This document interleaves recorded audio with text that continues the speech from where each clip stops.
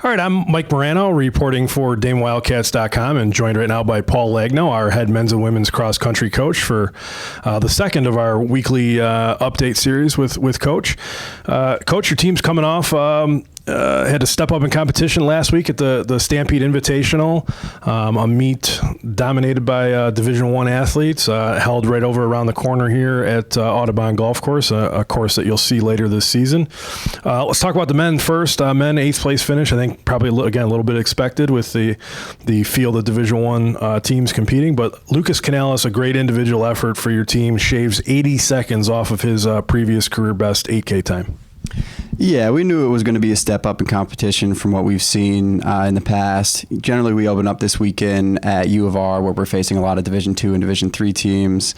So this was a huge step up in competition. You know, we had Binghamton out there, one of the better teams in the Northeast region. University of Buffalo is always very strong.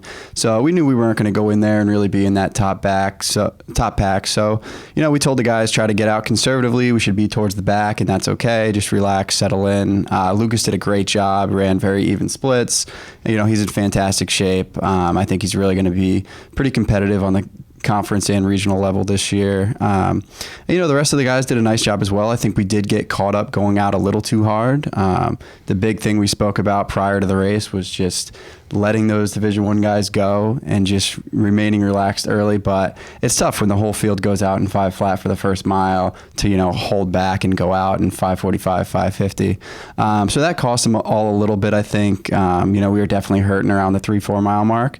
But overall, you know, great day for Lucas. Josh Bodner had a nice race. He ran a personal best as well. And it was a good season opener for Mike Swiniarski, his first 8K ever as a true freshman for us. You know, did a really nice job, cracked 30 in his first 8K. And, you know, I think he's going to make some big jumps here this season.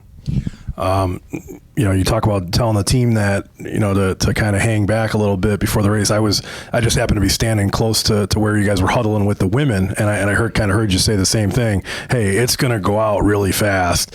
And, you know, what just take me through what is the mindset of the runner going in, knowing that you know, the pace is going to be that quick?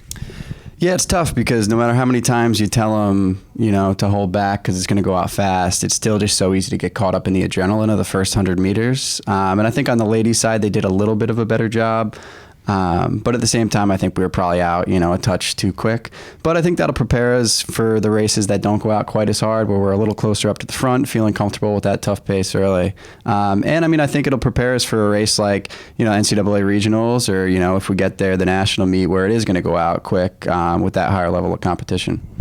On the women's side, you guys led again, second consecutive race by freshman Tara Petey, and Savannah Warner and Mackenzie Tubbs behind her. Also, Ashley Duza was one of your 5 scorers in the meet. So those freshmen really coming in and contributing right away. Yeah, really nice job by all them. I mean, their first 6K ever. You know, they run 5K distance in high school. So it's a step up for them, an extra 4 minutes of hard running.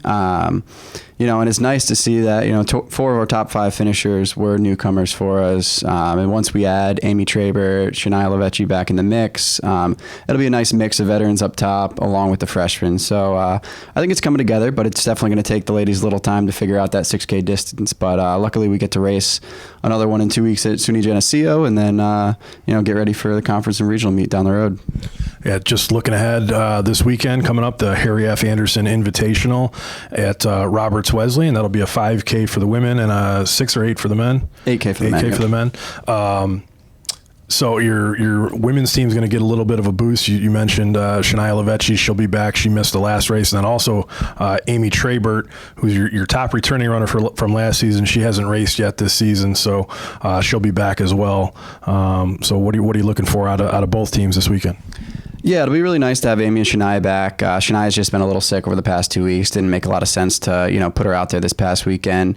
And Amy's coming back from a sickness over the summer, but she's put together a little stretch of training here, and she's getting in pretty good shape. So yeah, we're excited for the women to open up here. It's a course that we know really well. We had the conference meet there last year. We've run really well at this invitational in the past. And it's kind of just a good benchmark to see where we're at compared to times from the past few years. So yeah, we're excited for it. And then on the men's side, I think we have a couple individual performers who should definitely be up towards the front. Last year, Kevin Rodenson won the men's race, and I think Lucas and Josh should both be in the mix in that top 10 this year. So yeah, we're excited to get out there and race some in-conference competition and kind of see where we stack up.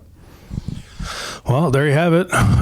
Harry F. Anderson Invitational coming your way this Saturday, September 23rd from Rochester. If you're in the area and want to stop out, the race happens right on campus on Saturday morning. And if not, we will have you covered with everything you need on DamonWildcats.com. Match preview meet preview, goes up Friday, and then we will have the recap on Saturday afternoon after the completion of the race. So we wish you good luck, Coach. Thank you.